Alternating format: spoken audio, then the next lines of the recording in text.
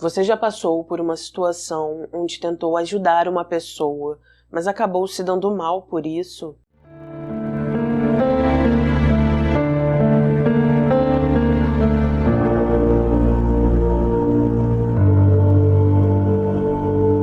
Conheçam Stacy. Ela nasceu no dia 21 de setembro de 1977.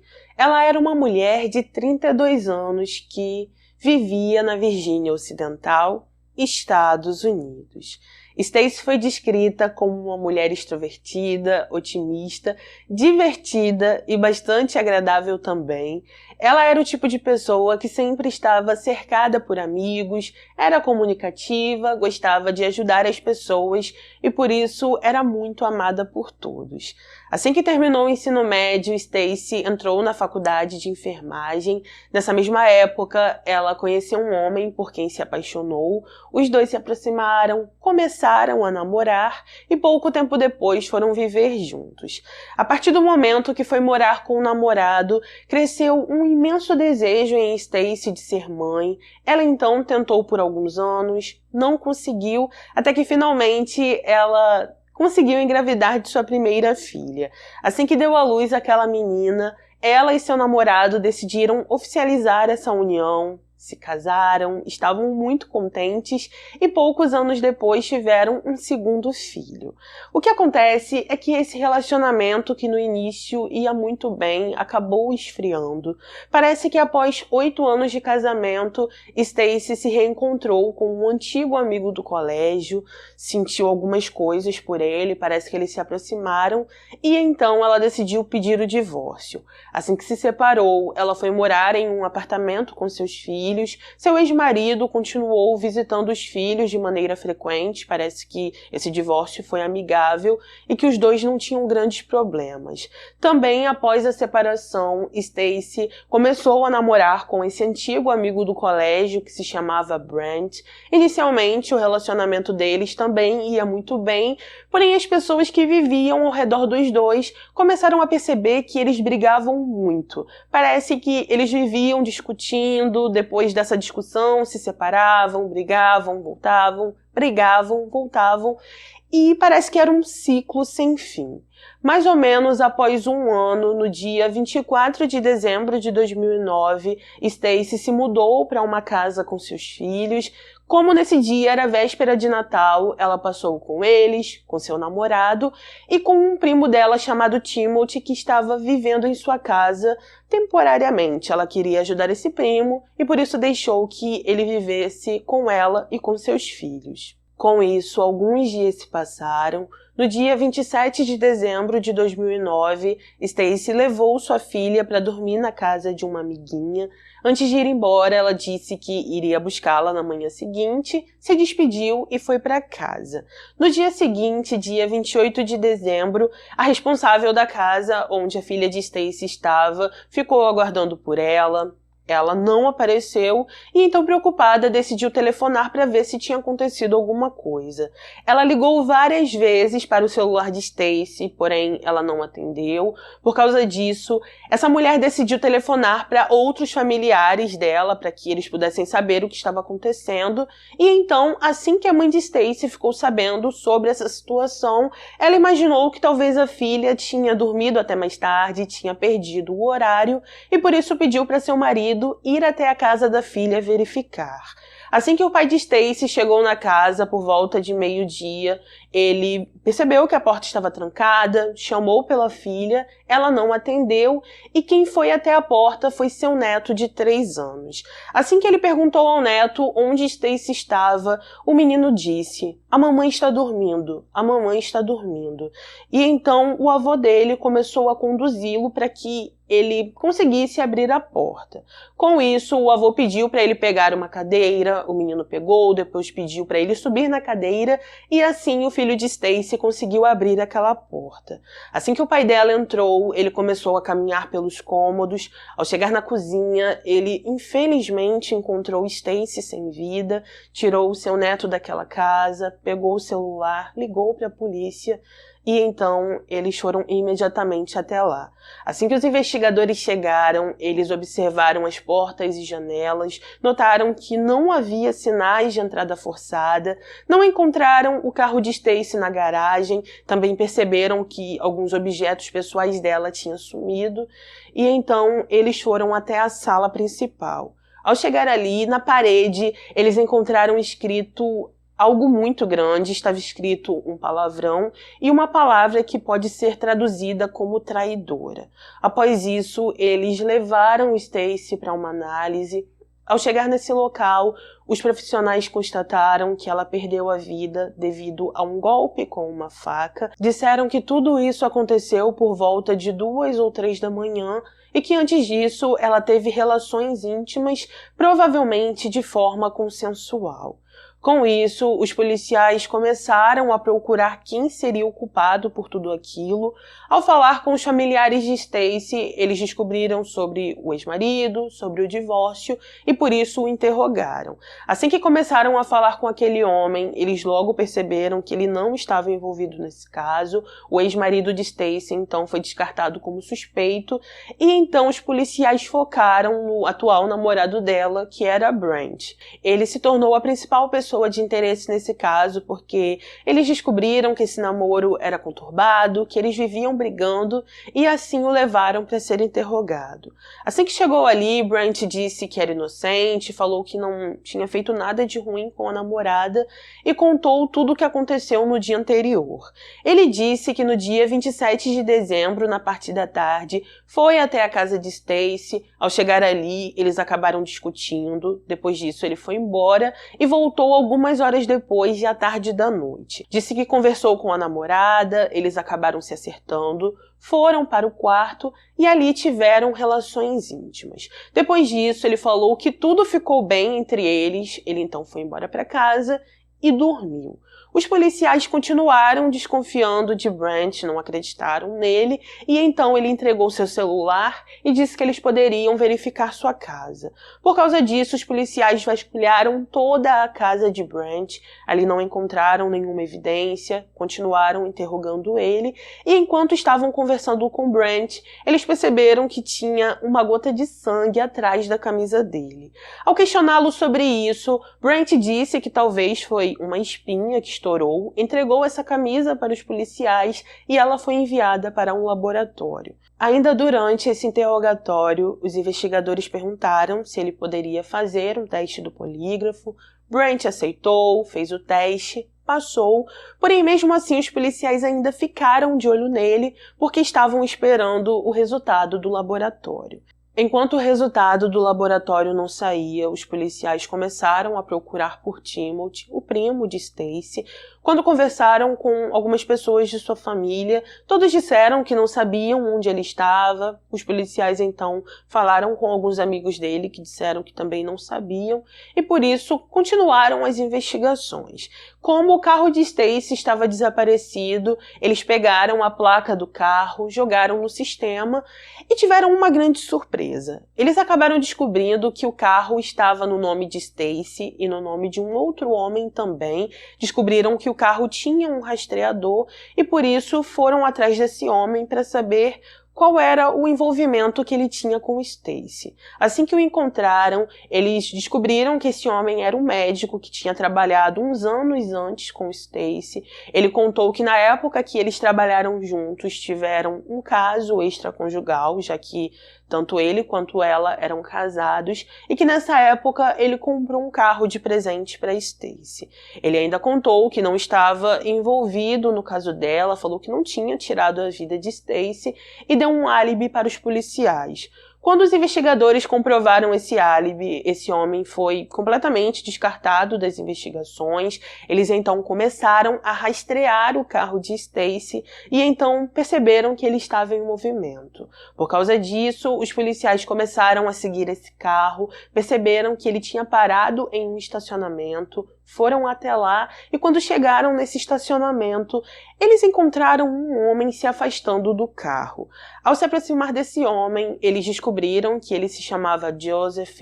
Joseph negou que estava dirigindo o carro, porém os policiais não acreditaram e então o levaram para ser interrogado. Assim que aquele homem foi levado para a delegacia, ele foi questionado pelos policiais, não quis cooperar e disse somente que não estava envolvido no caso de Stacey.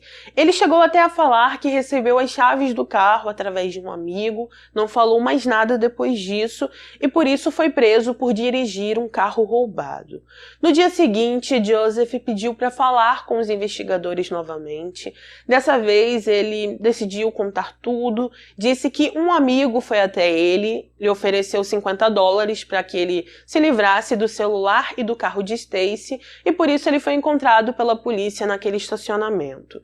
Ele levou os policiais até o local onde tinha deixado o celular de Stacey, também os levou até um local onde tinha jogado as chaves do carro dela e contou finalmente qual era o nome desse tal amigo. Joseph disse para os policiais que o nome dele era Timothy. Nesse mesmo momento, eles se lembraram que o nome do primo de Stacey era Timothy e assim começaram a intensificar as buscas por ele. Eles falaram com amigos, familiares, rodaram toda a cidade à procura desse homem, até que finalmente eles receberam uma ligação do próprio Timothy. Assim que começou a falar com a polícia, ele disse que estava em um motel, falou o quarto onde ele estava e então os investigadores foram até lá. Assim que chegaram ali, eles encontraram somente uma mulher nesse quarto, parece que ela tinha passado a noite com ele, a interrogaram, inicialmente ela não quis falar nada, porém, algum tempo depois, ela finalmente deu um endereço de um trailer, disse que Timothy provavelmente estava lá porque ele ia até esse trailer usar drogas algumas vezes, e então os policiais foram até esse local. Ao chegar no trailer, eles encontraram o local imundo, tinha muita sujeira, procuraram por Timothy naquele local, até que finalmente o encontraram embaixo de uma pilha de roupas sujas. Assim que começou a ser interrogado, Timothy disse que era inocente. Ele falou que provavelmente quem tirou a vida de sua prima foi Brent, porque eles viviam brigando e que inclusive naquele dia ele testemunhou uma briga entre o casal. Enquanto os policiais estavam interrogando Timothy, o resultado do laboratório saiu. Eles descobriram que a gota de sangue que estava na blusa de Brent realmente era o DNA dele e que não tinha nenhum vestígio de DNA de Stacey naquela blusa. Por causa disso, Brent acabou sendo descartado desse caso. Os policiais falaram sobre isso com Timothy, porém ele continuou enfatizando que foi Brent quem tirou a vida de sua prima. Enquanto estava na delegacia, os policiais ainda puxaram o histórico criminal de Timothy. Eles descobriram que em 2007 ele tinha sido preso devido a um abuso que cometeu com uma adolescente, ficou preso por pouco tempo e então recebeu liberdade condicional. Além disso, ele estava envolvido com fabricação de drogas, parece que ele já tinha sido preso também outras vezes por roubo, e então perceberam que estavam lidando com uma pessoa que estava acostumado a ser interrogado. Os policiais então deixaram ele preso por um tempo, Timothy passou a noite na cadeia e no dia seguinte foi interrogado novamente. Ele continuou enfatizando que era inocente. Os policiais então perguntaram se ele poderia passar por um teste do polígrafo. Ele aceitou, porém não conseguiu concluir esse teste porque teve uma crise emocional e começou a chorar. Durante essa crise emocional, ele ficou pedindo para falar com a mãe dele. O investigador então entregou seu celular. Timothy ligou para a mãe e ficou dizendo que era inocente e que quem tinha tirado a vida de Stacey foi Brent. Após desligar o telefone, o investigador aproveitou que ele estava nessa crise emocional, continuou insistindo com ele, até que por fim Timothy abaixou a cabeça, disse que iria confessar e contou que sim, tinha tirado a vida de sua prima. No dia 30 de dezembro de 2009, após essa confissão que foi gravada, Timothy ainda levou os policiais até uma área arborizada onde ele tinha deixado a faca que usou. Além disso, um investigador notou que tinha uma mancha vermelha em sua calça, coletou essa calça, enviou esses 2 itens para o laboratório e assim que o resultado saiu, se comprovou que sim, tinha o DNA de Stacey tanto na faca quanto na calça.